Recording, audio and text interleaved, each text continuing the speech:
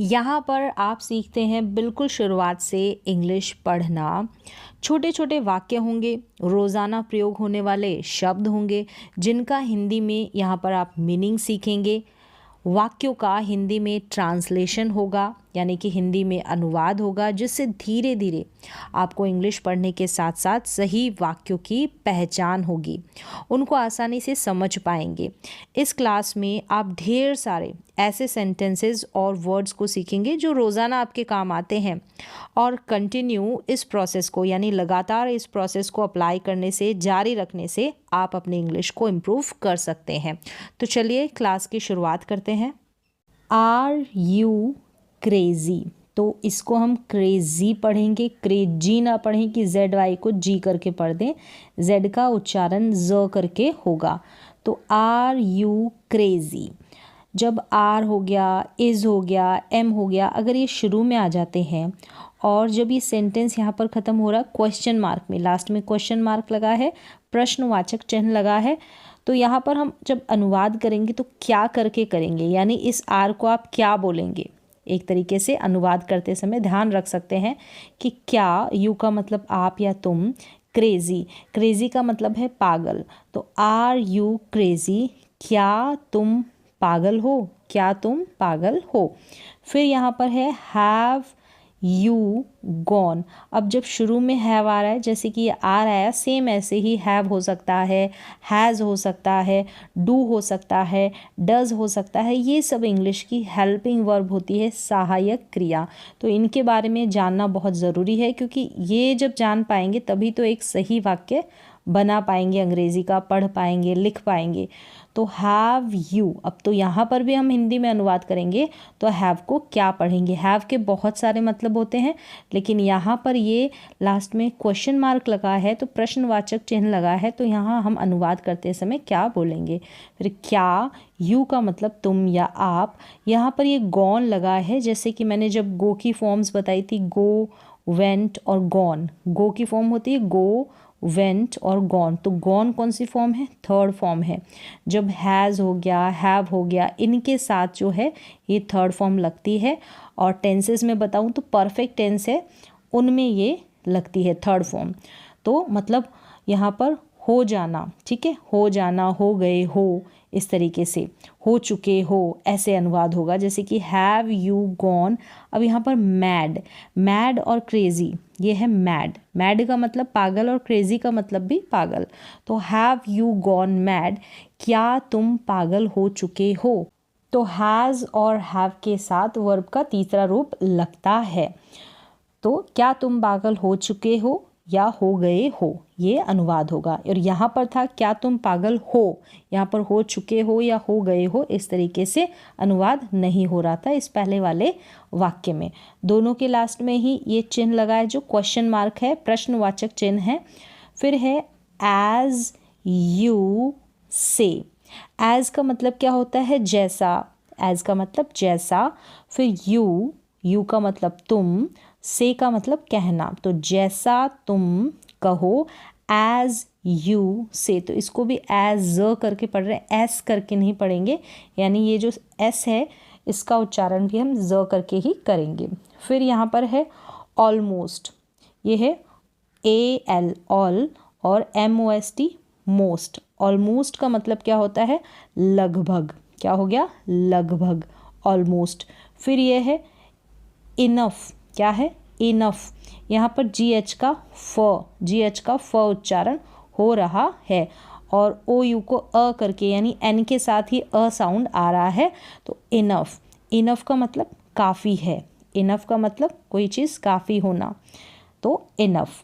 फिर यहाँ है वन मोर, तो इनफ की स्पेलिंग आप याद कर सकते हैं, इनफ, ई हो गया, फिर N O U G H, साथ ही में याद कर ले N O U G H का कॉम्बिनेशन।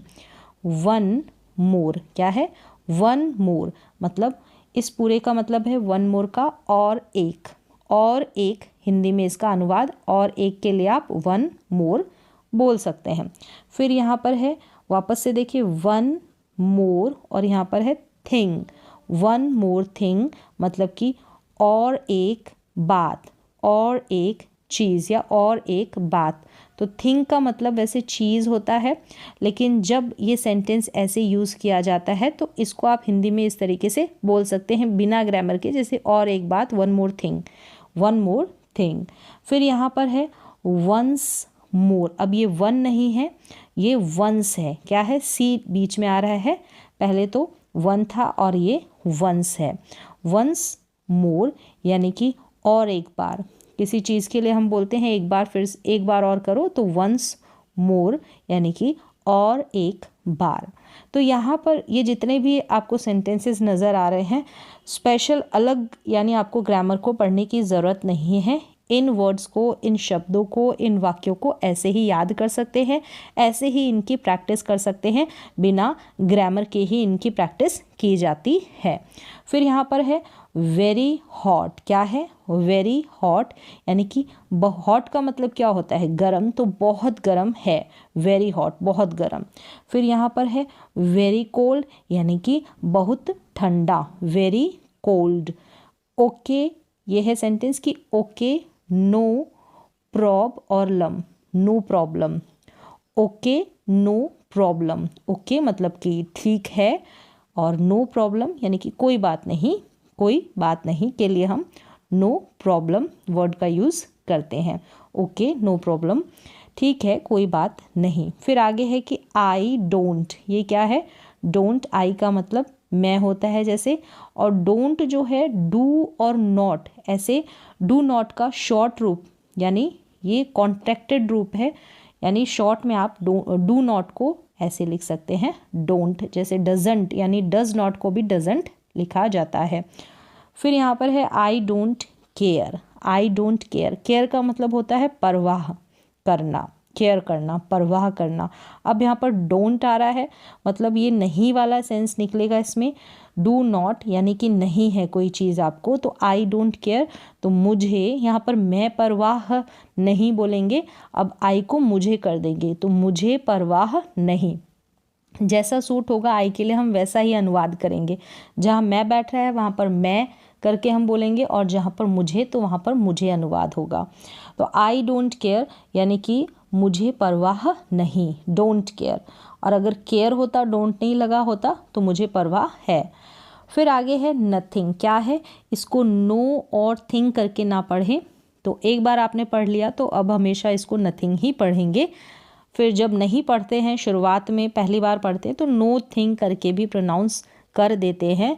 तो न थिंग, नथिंग का मतलब कुछ नहीं, हिंदी में क्या मतलब होता है, नथिंग, कुछ नहीं। फिर यहाँ पर है, अगर हम यहाँ पर एन ओ को नो पढ़ेंगे, और फिर ये है वेयर। क्या है, वेयर, WHERE, तो नो वेयर, नो वेयर का मतलब कहीं नहीं, नो वेयर, कहीं नहीं, नो वेयर। अब ऐसे अगर पढ़ें इसको तो ये NOW नाउ बन जाता है, और फिर हेयर, नाउ हेयर, तो इसका उच्चारण ऐसे ही होगा, नो वेयर। फिर यहाँ पर है नो। अब यहाँ पर नथिंग था, जैसे ये NO को न पढ़ रहे थे, यहाँ नो पढ़ रहे हैं नो। अब सिर्फ BODY को पढ़े तो बॉडी पढ़ा जाता है, लेकिन नो के साथ लगकर आया है तो नो बड़ी, यानी बड़ी करके इसको प्रोनाउंस करेंगे, नो बड़ी। नो बड़ी का मतलब क्या होता है, कोई नहीं, नो बड़ी, कोई नहीं। फिर आगे है सेम, नो बड़ी। क्या है, नो बड़ी हेयर। हेयर का मतलब क्या होता है, यहाँ, हेयर का मतलब यहाँ, और देयर का, इसका अपोजिट देयर, THERE, देयर का मतलब वहाँ। तो नो बड़ी हेयर मतलब यहाँ कोई नहीं है, हेयर का मतलब यहाँ, तो यहाँ कोई नहीं है, नो बडी हेयर। फिर ये है कमिंग। क्या है, सिर्फ अगर आप कमिंग वर्ड का यूज़ करते हैं, यहाँ पर जब कम से कमिंग बनाया जाता है, सिर्फ कम होता है तो COME लगा रहता है, लेकिन जब हम ING जोड़ते हैं कम के अंदर, तो हम उस E को रिमूव कर देते हैं, उस E को हटा देते हैं, फिर ING लगाते हैं। तो कमिंग का अगर अनुवाद करेंगे तो आ रहा हूँ या फिर आ रही हूँ, इंग्लिश में कमिंग। आगे है इफ़ पॉसिबल। क्या है, सी और बल, पॉसिबल, पॉसिबल, इफ़ पॉसिबल, या पॉसिबल होना मतलब कि संभव होना। इफ़ यानी यदि या अगर, इफ़ का मतलब होता है यदि या अगर, अगर संभव हो तो, या फिर यदि संभव हो तो, इफ़ पॉसिबल।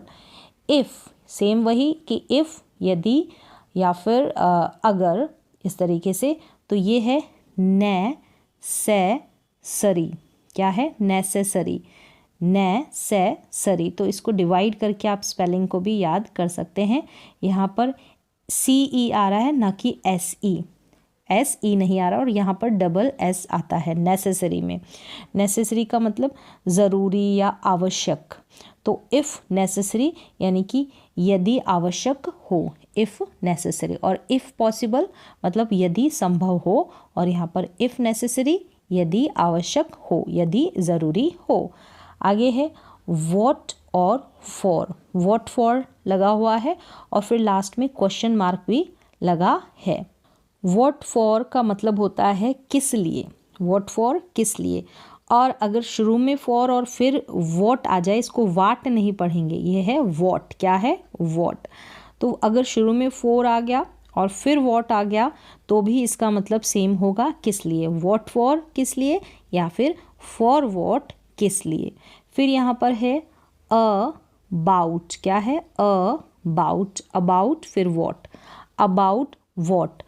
वॉट का ये अबाउट का वॉट का मतलब तो क्या होता है, ठीक है।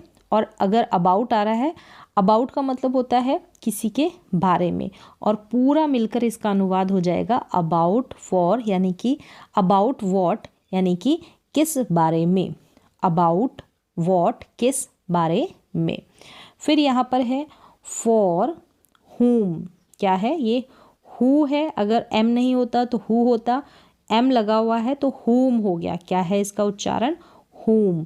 फॉर whom यानी कि किसके लिए। फॉर whom किसके लिए। फिर है फ्रॉम वेयर। वेयर, इसको वेयर पढ़ेंगे। अब वेयर जब लिखा रहता है तो वहाँ पर जो है, जो इसका मीनिंग निकलता है, यानी कि किसी जगह की बात करते हैं तो वहाँ पर वेयर आता है। और फ्रॉम का मतलब है से, और वेयर कहाँ, तो कहाँ से, इसका ट्रांसलेशन हो गया फ्रॉम वेयर, कहाँ से। किसी से पूछते हैं कि आप कहाँ से हैं, तो फ्रॉम वेयर, कहाँ से। फिर है आई डोंट नो। क्या है? नो। अब यहाँ पर जैसे NO जो नो होता है, N और O जैसे ये बीच में है, इस नो का मतलब तो नहीं होता है। और ये जो NOW है, इसको हम पढ़ेंगे नाउ। नाउ का मतलब अभी या इसी वक्त। अब यहाँ पर के लगा है शुरू में, फिर NOW, तो इसका उच्चारण नो होगा। जैसे स्पेलिंग दिख रही है वैसा उच्चारण नहीं है। और नो का मतलब होता है मालूम होना, पता होना, जानना। तो आई और डोंट, डू नॉट का short form. I don't know मतलब कि मुझे नहीं पता, या मुझे पता नहीं है, मुझे नहीं पता। फिर आगे है, आगे क्या है? I know. अब यहाँ पर डोंट लगा था और यहाँ डोंट हट गया है, आई नो लिखा है। अब यहाँ पर मुझे पता है। डोंट वाले में नहीं पता था और यहाँ पर मुझे पता है। नेक्स्ट है डू यू नो, और लास्ट में क्वेश्चन मार्क है। जैसे मैंने बोला, डू अगर शुरू में आ जाए, डज भी आ सकता है, डिड भी आ सकता है, इज़, वॉज, वर, ये सब इंग्लिश में हेल्पिंग वर्ब्स होती है, अगर शुरू में आ जाती है इस तरीके से प्रश्न वाले वाक्य में, इंटरोगेटिव सेंटेंस में। तो हम जब अनुवाद करेंगे तो शुरू में हम क्या बोलेंगे हिंदी में अनुवाद करते समय? Do you know. नो का मतलब पता होना, जानना। तो डू यू का मतलब आप या तुम्हें, तो क्या तुम्हें पता है? क्या तुम्हें पता है? Do you know. आई का मतलब मैं या मुझे।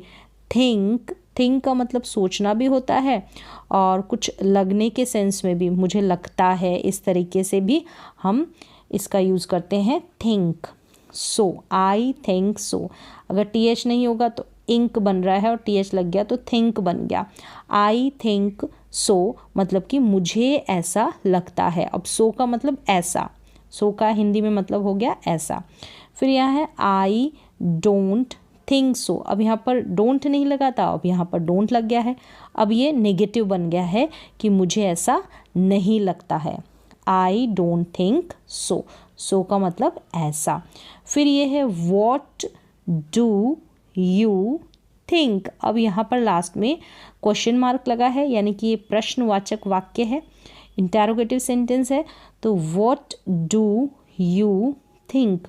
व्हाट का मतलब क्या होता है, हिंदी में व्हाट का मतलब क्या, क्या ही होता है, ठीक है, हिंदी में भी क्या होता है।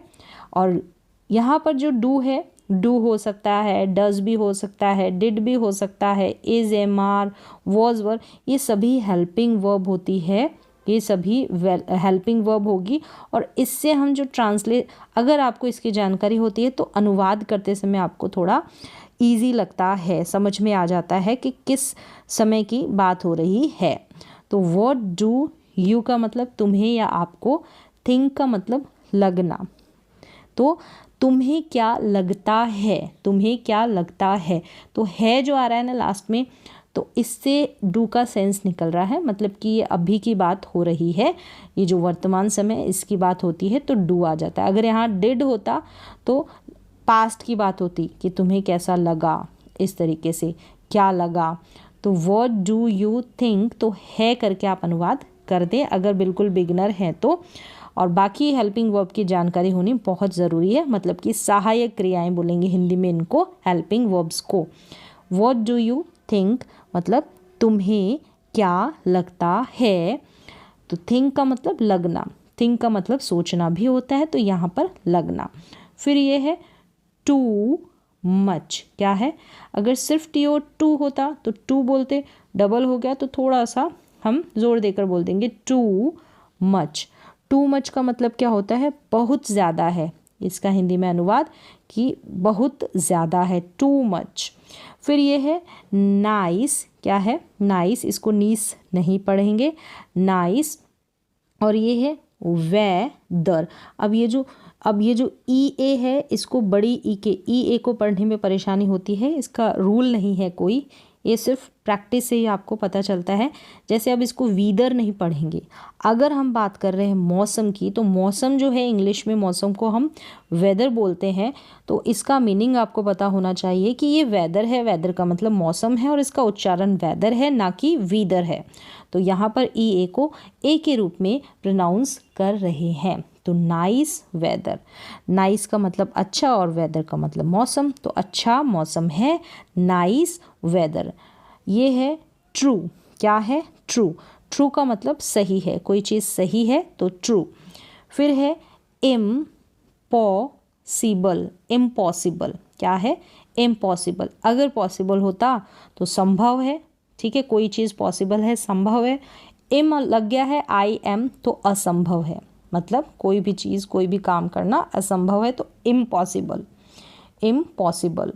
फिर यहाँ पर है इट सीम्स, तो इट सीम्स, इट लगा है और फिर सीम्स लगा है, तो सीम का मतलब होता है लगना, लगना, सीम। एस लग गया है, एस या ई एस लगता है तो ऐसा लगता है, ऐसा लगता है, इट सीम्स। तो यहाँ पर इट लगा हुआ है, इस पूरे का मतलब ऐसा लगता है। फिर है एनीथिंग, क्या है, एनी, एनी का सिर्फ मतलब लेंगे तो एनी का मतलब कोई, क्या हो गया, कोई। और थिंग का मतलब क्या होता है, चीज़, कोई वस्तु। और ये साथ में आ रहा है तो ये अलग अलग जो सेंस जो मीन दे रहा था वो नहीं देगा। एनीथिंग, फिर एल्स लग गया है, एल्स, क्या है, एल्स, एनीथिंग एल्स, इस पूरे का मतलब हो गया और कुछ, एनीथिंग एल्स। तो यहाँ पर आप किसी से पूछ सकते हैं तो यहाँ पर क्वेश्चन मार्क लगा दे तो ये बेहतर रहेगा। एनीथिंग एल्स मतलब कि और कुछ, किसी को और कुछ चाहिए, ऐसे सेंस के लिए हम एनीथिंग एल्स का यूज़ करते हैं। फिर है वांट, वांट का मतलब होता है चाहना, कोई चीज़ कोई वस्तु चाहना, तो वांट सम। और फिर है थिंग, सम का मतलब होता है कुछ और थिंग का जैसे मतलब अलग अलग इनका मतलब ले तो, और थिंग का ऐसे मतलब होता है कोई चीज़ या कोई वस्तु। लेकिन समथिंग साथ में जुड़ गया है तो कुछ, समथिंग का मतलब हो गया कुछ और वांट का मतलब चाहिए, तो कुछ चाहिए, वांट समथिंग, वांट समथिंग। इसको वांट करके नहीं पढ़ेंगे, वांट पढ़ेंगे, औ का साउंड देगा, ए जो है वांट। फिर यहाँ पर है वाई, वाई का मतलब क्या होता है, क्यों। और ये नॉट, नॉट का मतलब नहीं, तो वाई नॉट मीन्स क्यों नहीं, वाई नॉट। फिर है वॉट, वॉट और एल्स, इसको पढ़ेंगे एल्स, वॉट एल्स, वॉट का मतलब क्या, वॉट एल्स। तो वॉट एल्स पूरे का मतलब और क्या, वॉट एल्स और क्या। एल्स का जो हम अनुवाद करेंगे तो और के सेंस में करेंगे, जैसे यहाँ पर भी एल्स आया और यहाँ पर एनीथिंग एल्स में भी आया, तो एल्स क्या हो गया और, यहाँ पर भी एल्स क्या हो गया और, एनीथिंग एल्स में और कुछ, एनीथिंग एल्स में और कुछ, और व्हाट एल्स में और क्या। तो एल्स का सीधा सा आप अनुवाद और के सेंस में कर दो, मतलब और करके बोल दो। फिर यहाँ पर है हु एल्स। अब एल्स का मतलब जैसे मैंने बताया, ये जो एल्स है और हु का मतलब जब हम किसी व्यक्ति की बात करते हैं, हिंदी में इसका अनुवाद होगा कौन, और कौन, हु एल्स और कौन। फिर यहाँ पर है डोंट, तो डू नॉट का शॉर्ट फॉर्म इस तरीके से लिखा जाएगा, don't remember, remember, don't remember. Remember का मतलब याद रहना, ठीक है, कोई भी चीज़ रिमेंबर, याद रहना। अब डोंट आ गया तो नहीं का सेंस निकलेगा, नेगेटिव है, ठीक है, डोंट का मतलब नहीं, ठीक है, नहीं याद है या याद नहीं है, इस तरीके से डोंट रिमेंबर, याद नहीं है, याद नहीं है। फिर है वाई, वाई और सो, वाई सो, वाई का मतलब क्या होता है क्यों, और सो का मतलब हो गया ऐसा, सो का मतलब ऐसा, वाई सो ऐसा क्यों, ऐसा क्यों, वाई सो। तो यहाँ पर 3 बार देखिए एल्स, एल्स आ रहा है, एल्स का हिंदी में अनुवाद और के सेंस में कर देंगे। तो यहाँ पर जितने भी वाक्य देखें ये बहुत ही इम्पॉर्टेंट है, ये आपको कहीं ना कहीं नज़र आ जाएंगे, आपको अलग से ग्रामर में कहीं नहीं मिलेंगे। तो इन सभी की आप ऐसे ही प्रैक्टिस कर सकते हैं, पढ़ने की, बोलने की, लिखने की। तो आज की क्लास में बस इतना ही, मिलते हैं नेक्स्ट क्लास में।